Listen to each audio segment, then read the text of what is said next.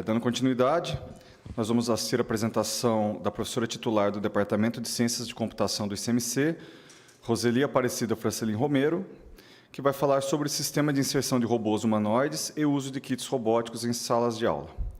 No entanto, como é um evento de inteligência artificial, quem vai apresentar a professora Roseli não sou eu, é a Pepper.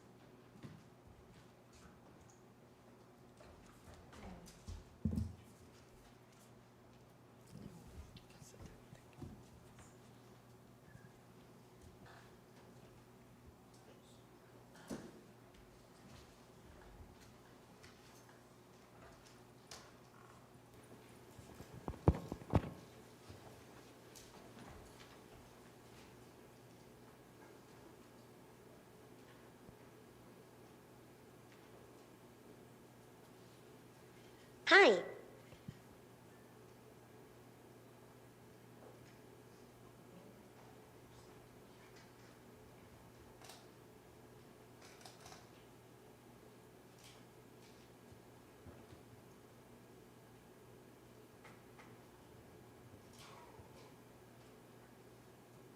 Boa tarde a todos, é um prazer estar aqui.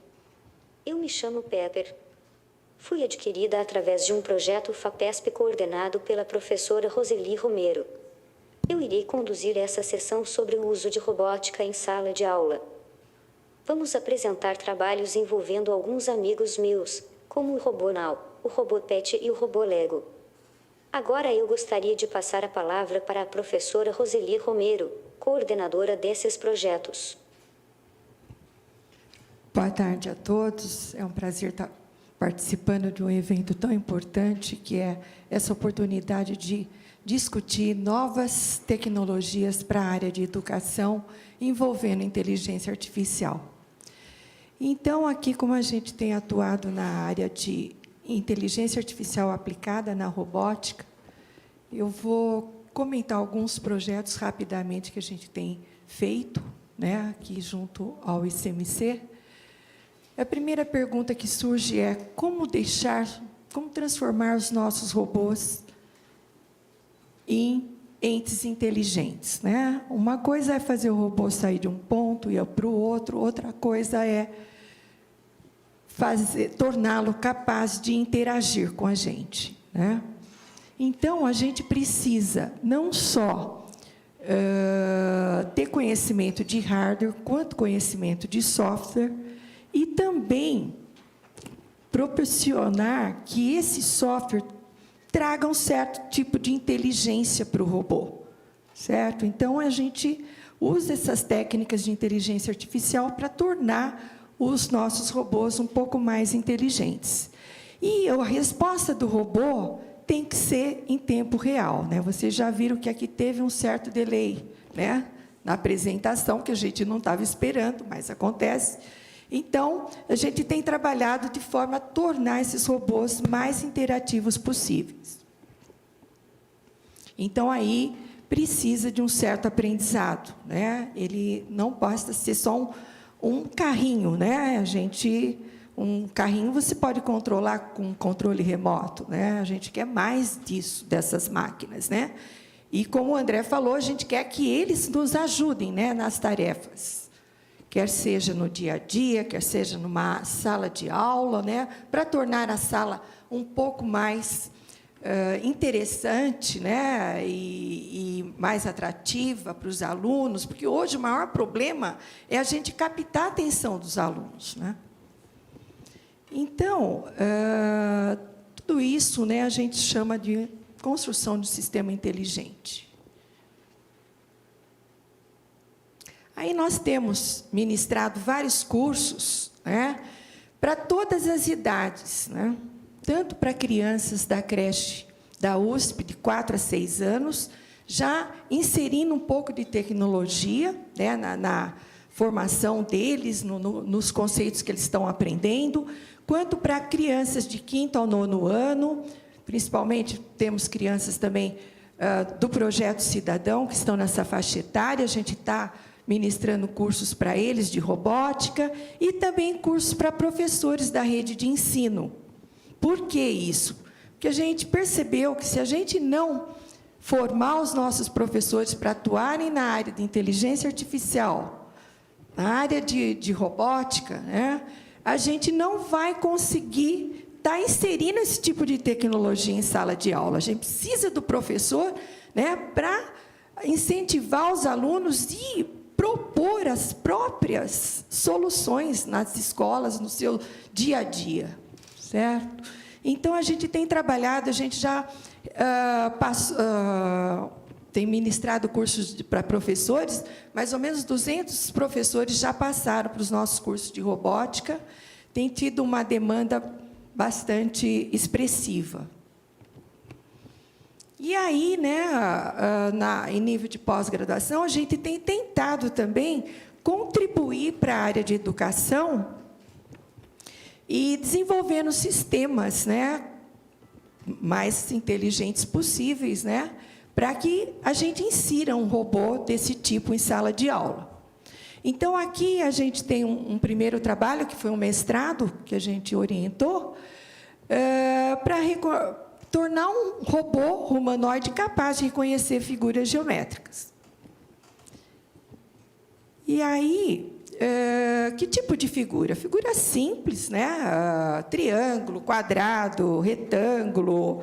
E depois a gente passou para figuras 3D, pirâmide triagonal, quadrangular, cone, e por aí a gente estendeu um pouquinho mais para imagens, para figuras geométricas 3D.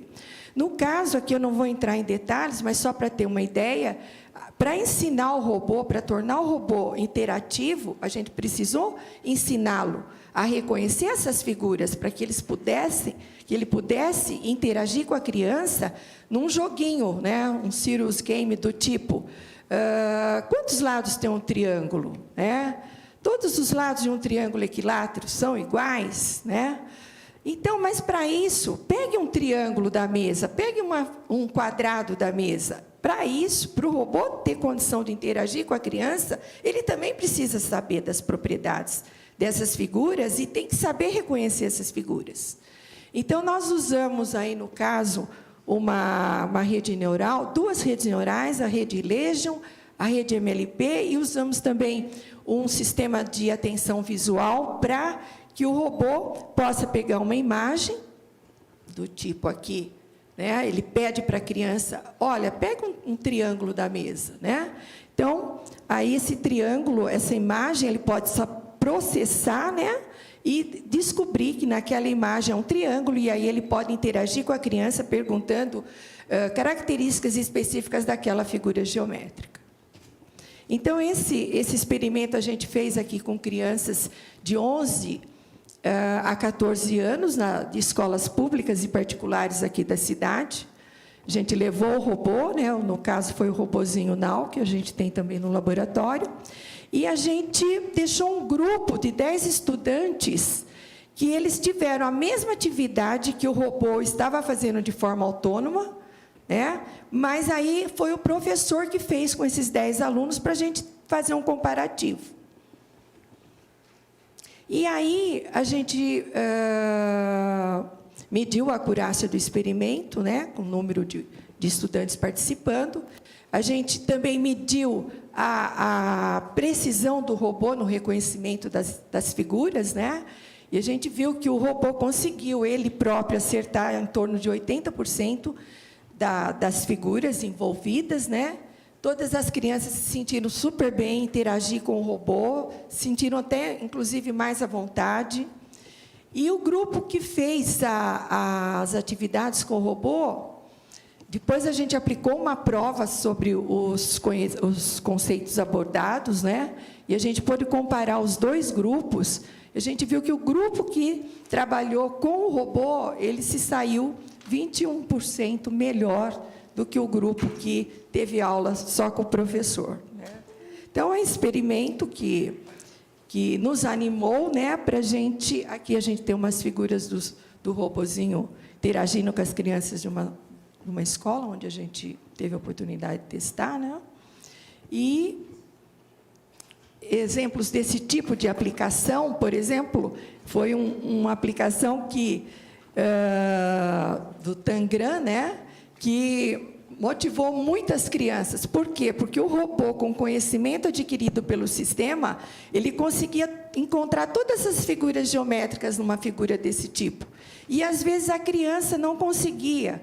Por quê? Porque, às vezes, ela não contava as sobreposições que existem, né? Mas o robô contava. E aí, então, gera aquela curiosidade, como que ele consegue, né? E eu não consegui, eu não queria parar de interagir até ele chegar no mesmo número que o robô estava apresentando de figuras, né? E a gente variou, aqui é só para dar uma ideia, variamos outras figuras. E aí a gente evoluiu para um sistema maior, né, que é o Robotic Cognitive Adaptive System for Teaching and Learning, né? Esse é um projeto de doutorado, está sendo desenvolvido pelo aluno Daniel Tosadori. Ele está apresentando, por coincidência, esse mesmo trabalho hoje em Milão, na Itália, né, que ele está fazendo uma visita lá, e é sobre o ArcCastle. O ArcCastle é um sistema que ele tem constituído por 2 módulos, o módulo iterativo, o módulo cognitivo, e esse sistema, além de proporcionar que o robô seja inserido numa sala de aula, interaja com os alunos, ele também vai proporcionar que o professor entre com as atividades que ele quer trabalhar com os alunos. Então, aqui o professor, ele entra com o conteúdo, né? Esse conteúdo é encaminhado aqui para o robô, que vai trabalhar através de módulo de visão, diálogo, e a parte motora também, que ele faz gestos, né? Ele vai trabalhar com o aluno, né, com o estudante. O estudante vai, depois de vários interações, né, vamos dizer assim, ele vai fazer um questionário a respeito, no final do treinamento, ele vai preencher um questionário. Esse questionário vai passar por técnicas de aprendizado de máquina que vão fazer uma avaliação, como o André estava falando, que os sistemas estão indo nessa direção, né, de já dar um feedback para o professor, né, a respeito de como que os alunos se saíram naquele treinamento que foi aplicado, né? Então, a gente já colocou esse sistema também em sala de aula com professores. Professores já tiveram a oportunidade de inserir conteúdo, né? E não só conteúdo de matemática, no caso, foi até conteúdos de português, de ciência, né? Eles já apresentam também as perguntas e as respostas esperadas. E aqui vocês podem ver uma interação, né? E aí a gente desenvolveu uma interface bem amigável, né? E aí aqui a gente já está medindo a recepção do professor em relação ao sistema. Aqui a gente pode ver a expectativa que o professor tinha, né? E depois que ele mexeu com o sistema, depois que ele interagiu com o sistema, qual foi a expectativa, o que ele achou do sistema, né? Por exemplo, do potencial de ensino, né? No item 3 aqui, só fixando a atenção nesse item aqui, a gente pode ver que ele tinha uma expectativa que não era assim de nível razoável, um score de 3 aqui. Depois que ele interagiu com o sistema, ele reconheceu um potencial maior do sistema, né? E aí a gente também já fez avaliação do aluno interagindo com o sistema, e a gente vê que o aprendizado do aluno é maior depois que ele interage, né, com o robô, né? Então, a gente tem avaliado isso, né? E aí, então, era essa primeira parte aqui que eu queria falar. Obrigada por enquanto. A gente vai continuar ainda com a sessão. Gostaria de chamar o aluno de iniciação científica Vitor Henrique Rodrigues, que está trabalhando nesse projeto, para mostrar essa interface rodando. Aqui mesmo.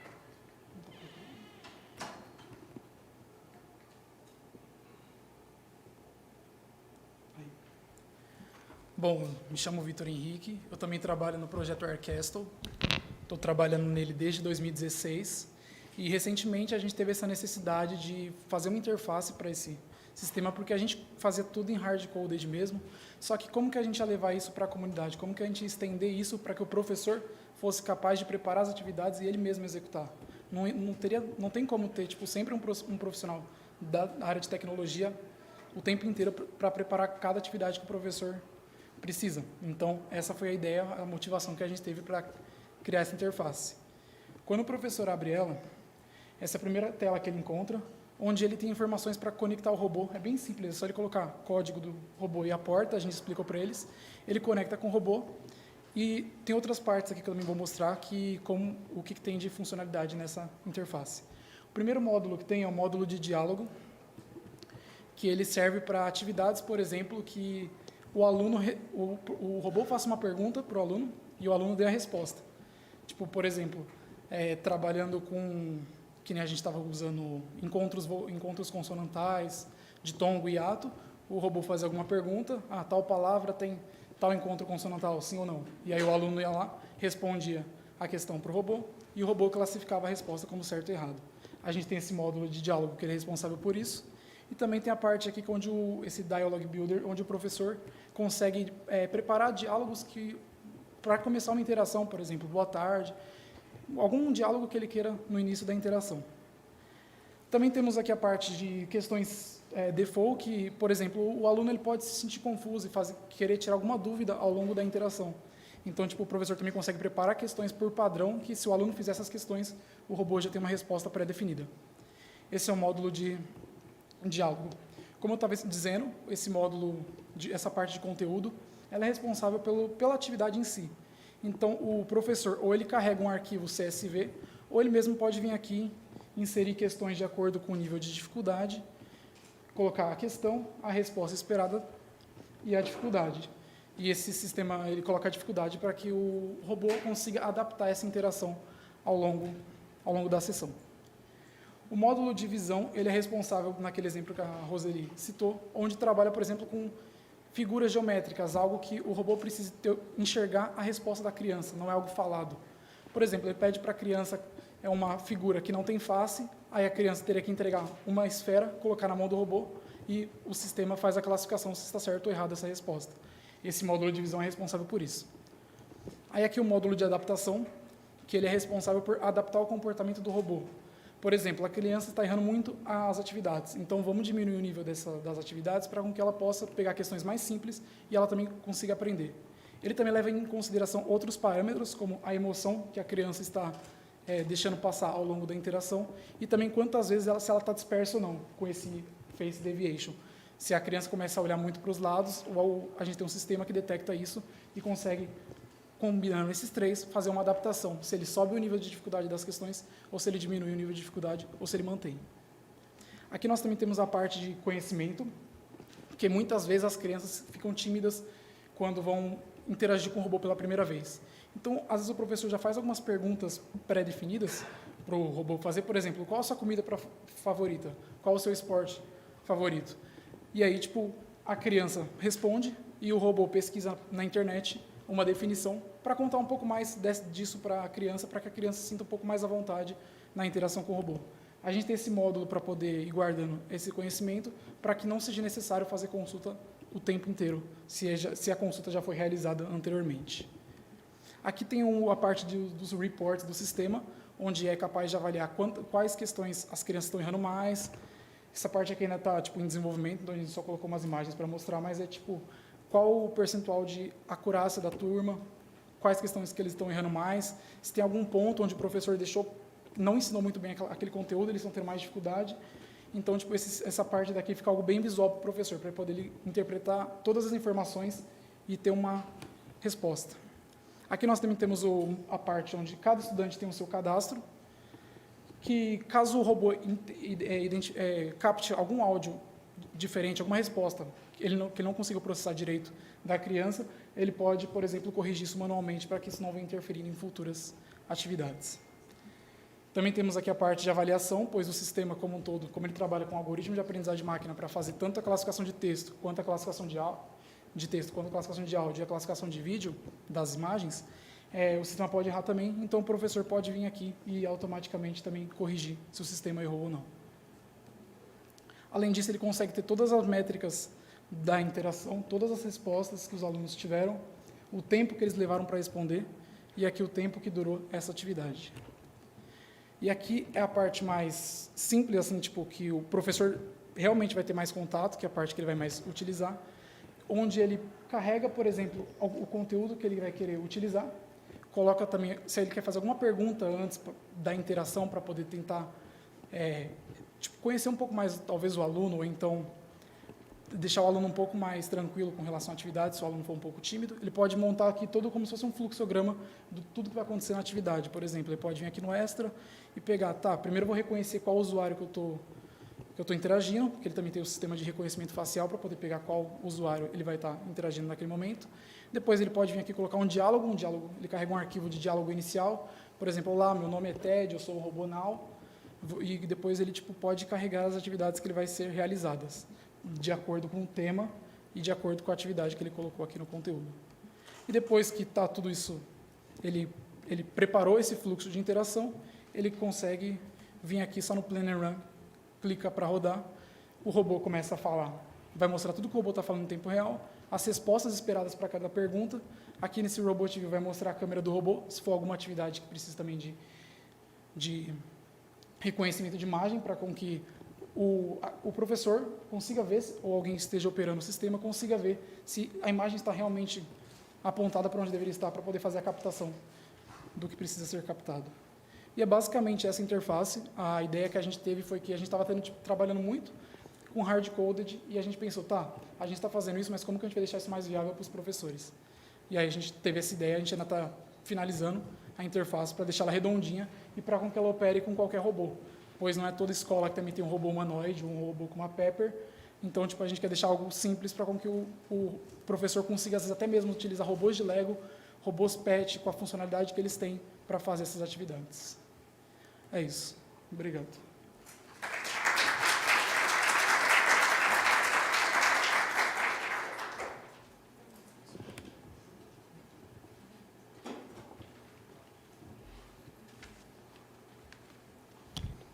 Obrigado, professora. Obrigado, Vitor. Obrigado, Pepper. Tem mais? Desculpa, por favor.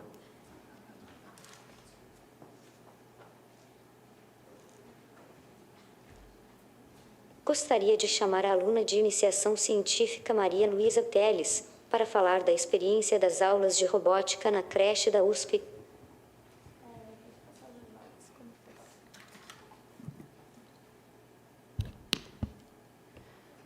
Boa tarde. Eu faço pesquisa na... Opa? Sim. A próxima. Aí. Eu faço pesquisa com os alunos da creche, aqui da USP. A gente trabalha com esse robô aqui, o robô PET. Eu trabalho com... o intuito da pesquisa é dar aula de matemática utilizando a robótica. Então, já é um desafio muito grande ensinar matemática, conceitos matemáticos para as crianças de 4 a 6 anos, ainda mais com o uso da robótica. Porém, por conta da interação do robô com as crianças, a gente conseguiu fazer com que elas prestassem muito mais atenção do que aulas comuns de matemática. Então, primeiramente, passamos a montagem do robô para começar a prática motora das crianças desde o início. Eu vou colocar ele para rodar aqui.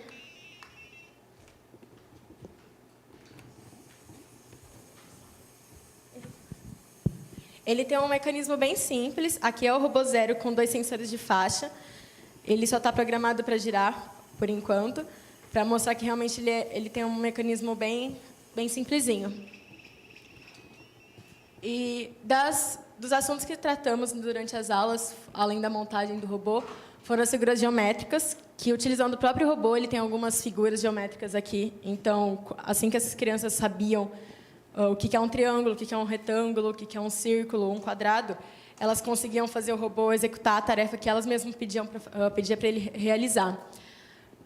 Contagem também foi realizada por meio das peças. As crianças tinham que contar quantos parafusos precisavam encaixar no robô, ou como que poderia ser feito o robô mais forte, que é colocando mais parafusos. Conceitos físicos também, como distância e velocidade, isso já é um pouco mais comum para as crianças, porque elas sabem o que é rápido, o que é devagar. Mas quando a gente coloca um robô e um percurso para ele fazer, é um conceito que elas precisam pensar um pouco mais para visualizar por se o robô está rápido ou devagar. Lateralidade é um dos conceitos mais complicados para essas crianças, porque o conceito de direita e esquerda para uma criança de 4 anos é uma coisa muito complicada mesmo. Então, colocando o robô para seguir um caminho e virar para a direita e virar para a esquerda, acaba sendo muito mais intuitivo para elas, mesmo que sendo só por uma brincadeira.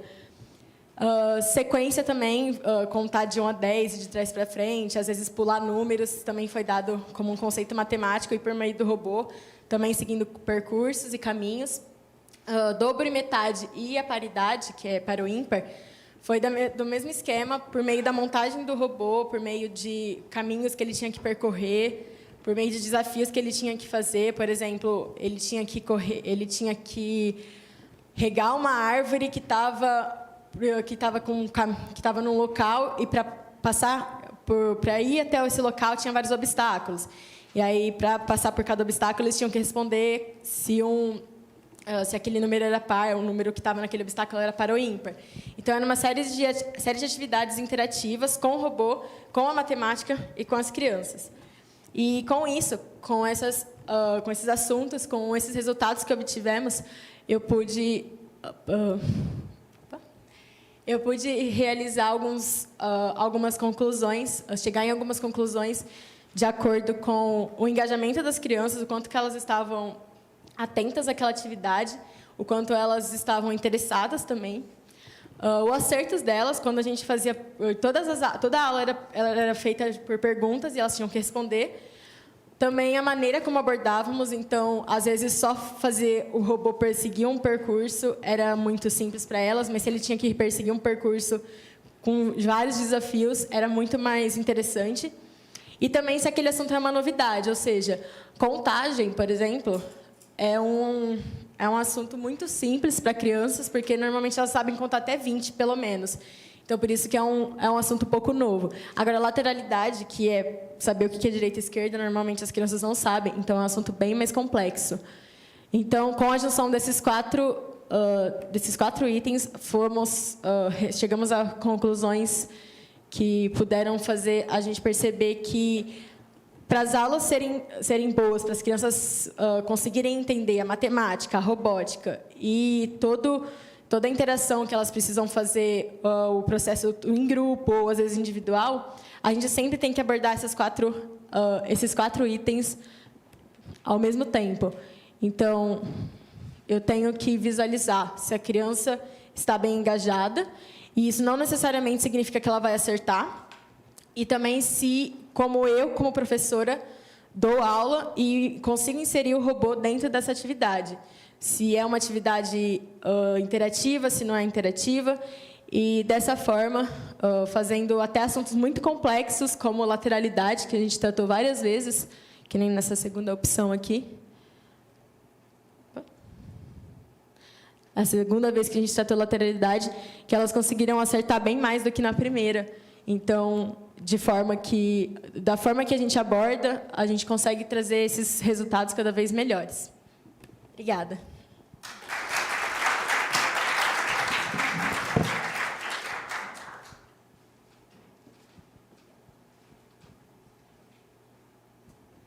Agora irei passar a palavra para o aluno de iniciação científica Guilherme Milan, que falará um pouco sobre o robô Lego. Bom, boa tarde. Eu queria comentar um pouco mais sobre uma coisa que a Roseli citou, que é uma das maneiras que a gente tenta buscar de contribuir mais diretamente com a comunidade de São Carlos.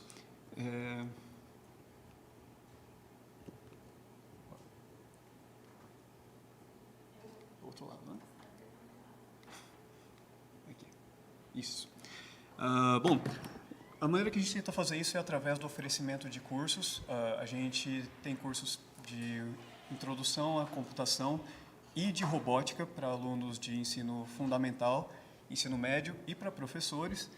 E a gente faz isso através de cursos de extensão, aqui usando a própria estrutura da USP, a gente traz essas pessoas para cá, ou a gente vai até as escolas, levando o nosso material, ou também, a gente também participa através de minicursos e de palestras em eventos. Que nem recentemente teve um evento de incentivo à participação de mulheres na tecnologia, e a gente participou dando um minicurso de robótica. Uma das ferramentas que a gente começou a adotar para oferecer esses cursos é o robô Lego. O robô Lego ele é diferente do PET no sentido de que, primeiro, tem a vantagem da familiaridade, né, da praticidade de usar peças de Lego, mas ele também tem um pouco mais de versatilidade. Esse Lego que a gente usa não é exatamente um Lego convencional também, ele tem peças especiais como engrenagens, esteiras, eixos e vigas, e isso cria um universo de possibilidades. A primeira delas é trabalhar com atuadores, né? Então, aqui, por exemplo, esse é um dos robôs que a gente usa na aula para exercícios em que a gente simula resgate de vítimas. Então, aqui, por exemplo, ele consegue acionar de maneira independente usando um motor de precisão. Então, a gente consegue fazer, por exemplo, a criança, primeiro com o robô teleoperado. Aí, ela monta um robô com um atuador desse, e aí ela pode pegar por exemplo, pegar uma bolinha que representa uma vítima, tirar de um local de risco e levar até uma região de resgate, por exemplo. E depois a gente começa a incrementar. Então, começa a trabalhar com sensores, então ela tem que identificar a vítima e tem que parar para não atropelar a vítima. E, a partir daí, a gente vai fazendo exercícios que vão ficando cada vez mais complexos, ensinando, através disso, conceitos de física e de matemática. Então, por exemplo, para fazer girar, uso uma engrenagem. E como que eu faço uma caixa de engrenagens, então, para aumentar a força do motor e carregar um objeto mais pesado? Como que eu faço uma barra de direção, né, um sistema de transmissão? Então, do lado mecânico, o negócio começa a acrescentar um pouco mais. Sem falar outros sensores. Por exemplo, fazer um robô que se equilibra. Ele tem um giroscópio, que ele pode usar para medir o desvio. Ou então, um próprio sensor de cor, que aí ele pode ajudar o robô a identificar, por exemplo, sinalização. E um dos propósitos das nossas aulas é tentar incentivar as pessoas a participar da Olimpíada Brasileira de Robótica. Alguns dos nossos exercícios eles são pensados já voltados para a competição. Então, robôs seguidores de linha, por exemplo. E o que é interessante da UBR é que a gente realiza ela aqui na própria USP. A gente faz a etapa regional aqui, a gente já está realizando faz 6 anos. E aí ela contempla crianças de várias idades, né, tanto do ensino fundamental, médio e técnico. E o que é interessante dela é que ela tem um jeito lúdico, né? Ela oferece metas claras que a criança tem que desenvolver através da criação da própria tecnologia. Então, ela dá uma motivação muito clara, ela dá uma meta que a gente pode explorar. E a gente tem visto bastante interesse em participar, principalmente o pessoal que faz as aulas, eles ficam interessados e eles voltam. E essa é uma maneira que a gente encontrou que parece que realmente incentiva o pessoal a enxergar a tecnologia e a ciência como carreiras viáveis, interessantes e acessíveis. E é isso. Muito obrigado.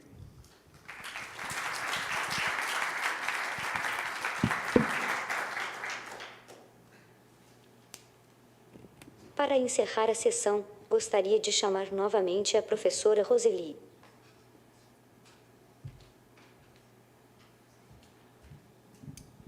Então, encerrando, eu tenho 2 olhares para a IA, né, na educação. A IA visível e a IA invisível. Na IA visível, a gente dá oportunidade para o aluno colocar a mão na massa, interagir com sistemas, interagir com agentes virtuais, com jogos eletrônicos, com robôs, como a gente mostrou aqui. E a IA invisível é a IA que está nos sistemas de recomendação, né? Nos tutores inteligentes, nos sistemas tentando auxiliar o professor em sala de aula, no seu conteúdo, no que ele pode trabalhar, dando um feedback do desempenho do aluno, né? Então, é isso, né, que a gente queria apresentar. Agradeço a atenção de todos. Muito obrigada.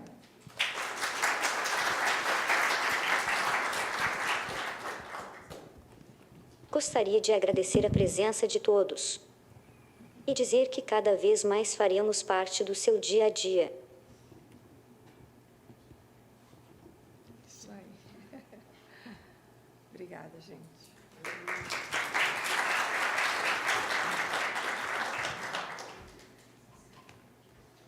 Obrigado.